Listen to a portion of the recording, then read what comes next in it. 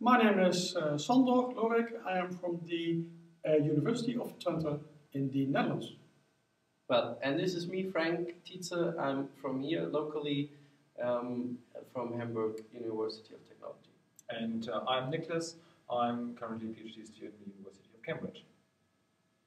So I think we just want to provide you with the outcomes of our committee meeting that we had today, the EITIM Doc network. And we might want to add that we were actually four of us. Tim, who's as well from Hamburg, he has just had to leave us for another meeting. Right. So as you can see, we were pretty busy. Yeah. If we step away, well, whiteboards are always good. Sticky notes are always great to have. As you can see, we have more of these here. However, we won't show you all these details. We're going to have a very neat presentation for you, presenting the outcomes and encourage you for more interesting discussion about what the outcomes were. Yeah. And Sandra will actually now present what we were talking about. Yes, I will. Okay.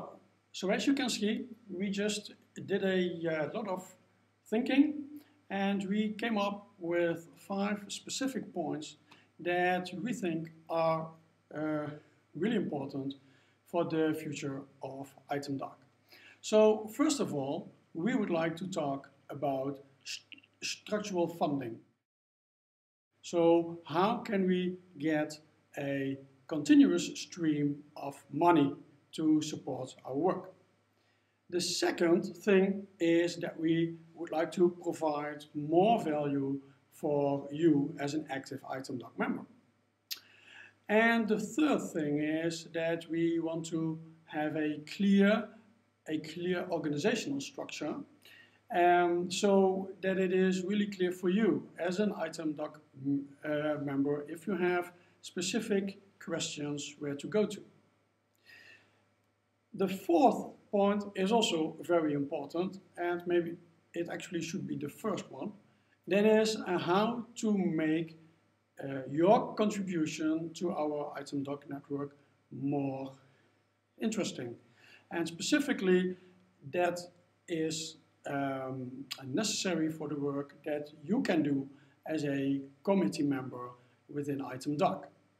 And the last one is that we, as an EITIM Doc foundation, we offer you specific benefits to be part of this network. So in the next few slides, we will explain these 5 topics more in depth about what we think we should do to make this EITIM Doc community more sustainable. Another thing we discussed during this meeting was how to get structural funding for the EITIM Doc network. We figured that it would be good if we had a core group from the EITIM Doc institution with PhD students and another extended group from other institutions. And maybe we could make these people pay for the membership at the EITIM Doc institutes. Another thing to collect money was maybe talk to alumni and ask them if they would fund our network. Also, what we could do and what we could offer is that if we give presentations to companies, maybe they want to pay a little fee, or we could also think about the fact that it might be interesting for other institutions and other PhD students to get webinars or presentations from ourselves. We had a core group from the EITIM Doc institution with PhD students and another extended group from other institutions. And maybe we could make these people pay for the membership at the EITIM Doc institutes. Another thing to collect money was maybe talk to alumni and ask them if they would fund our network. Also, what we could do and what we could offer is that if we give presentations to companies, maybe they want to pay a little fee, or we could also think about the fact that it might be interesting for other institutions and other PhD students to get webinars or presentations from ourselves. During the last 2 days, we discussed furthermore how we could actually better utilize and expand the knowledge base that we have already created during the last 2 years, mainly on our website.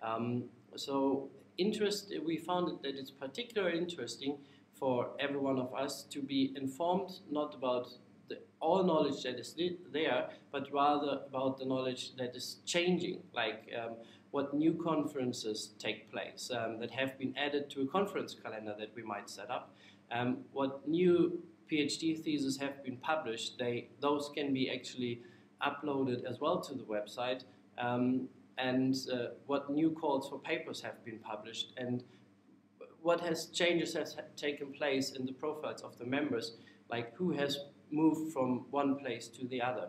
So there are different ideas, and we're actually quite convinced that the knowledge we have already collected is really helpful, but we should work on it even more in the future. Okay, actually a third point that we were discussing here was about the organization of the EITIM network.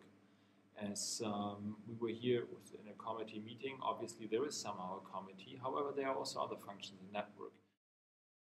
And we would like to reinforce the position of the ambassador, which is the local committee member in each EITIM university, and who is accompanied by a junior PhD student that is also a committee member, and we would like to have a contingency there in a sense that the junior PhD student is taking over from the more senior PhD student after the senior PhD student, the ambassador, leaves when he submitted his PhD, his or her PhD thesis. So this is like the discussion about the fade in and fade out, so that we have continuous work in the EITIM committee network committee.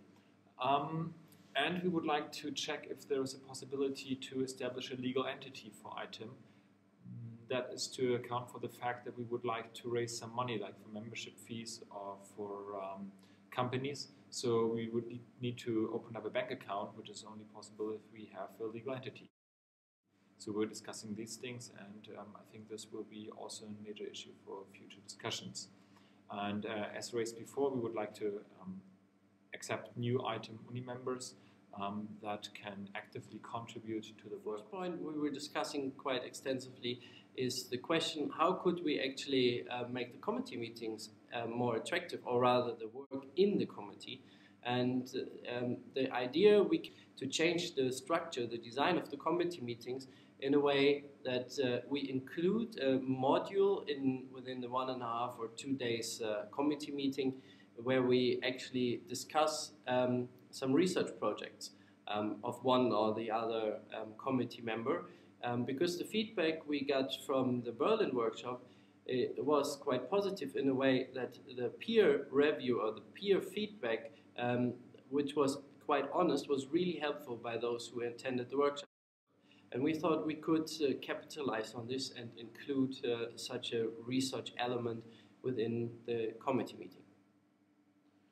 Well, and the last point was that we were discussing about activities that we can offer that would support your PhD. I mean, we know the EITIM conferences, we know the workshops. The first we had in Berlin, we want to catch up on that. We want to invite EITIM PhD students to a workshop that go actually on in the other institutes around. So there we need your active contribution, because we want to know actually what is important for your PhD, what can we set up, what kind of activities to support you in submitting your thesis in time with a high quality. So here we would really like to get some feedback from you. What is important to you, what can we do, what can a network provide? So please let us know and email to committee if you have any recommendations, or even better, get involved in the work in the committee. Actually, the next conference is approaching, which is going to be in Twente, and I hope to see you there. Thank you, Niklas. We hope to see you in Twente from the 28th of January to the 30th of January. Don't forget to register in time for the conference on the EITIM.doc website. At the same time, think about whether you have some changes that you want to update at your profile, and submit the poster in time to Niklas.